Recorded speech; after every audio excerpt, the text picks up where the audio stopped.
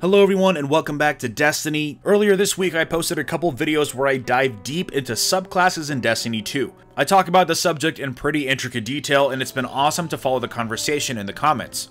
Also, yesterday I made a video analyzing tweets from the Activision-run Destiny Twitter account @DestinyTheGame.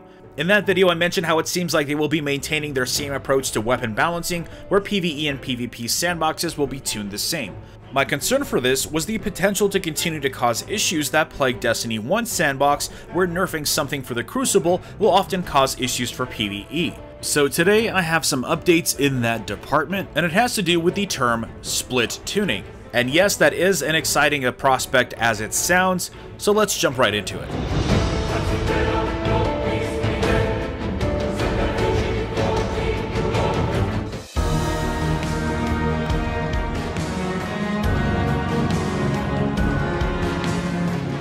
First, I want to give a huge shout out to Ronson for bringing this information to my attention. He's got a Twitch channel that I'll link in the description, so be sure to go follow him there and thank him for having sharper eyes than I do. That source is an interview IGN did with game director Luke Smith and project lead Mark Noseworthy in an episode of Fireteam Chat during the reveal event. It's easy to miss because it's right at the very end of the interview, but they mention some really interesting things that give us some more insight into their approach to weapon balancing and the new subclass system.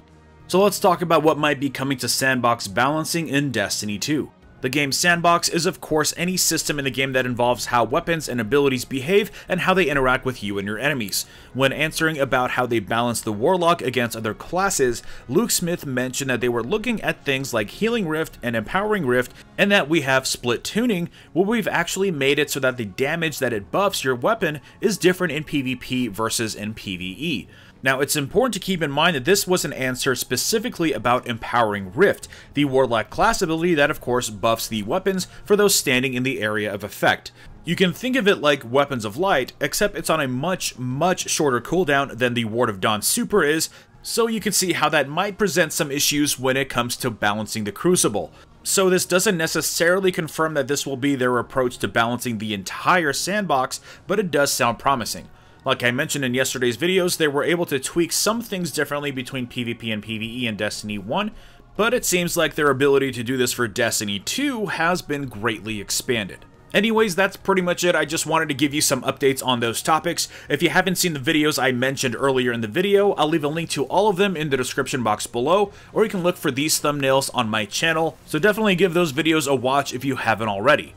Aside from that, we have E3 coming up this week. In yesterday's This Week at Bungie blog, community manager Deech has mentioned that they're going to be making some kind of announcement during the show. So my next video might just be covering that announcement depending on when we get it. Aside from that, hopefully we get a lot of Destiny 2 information coming out of E3, so I can cover it all for you right here on this channel.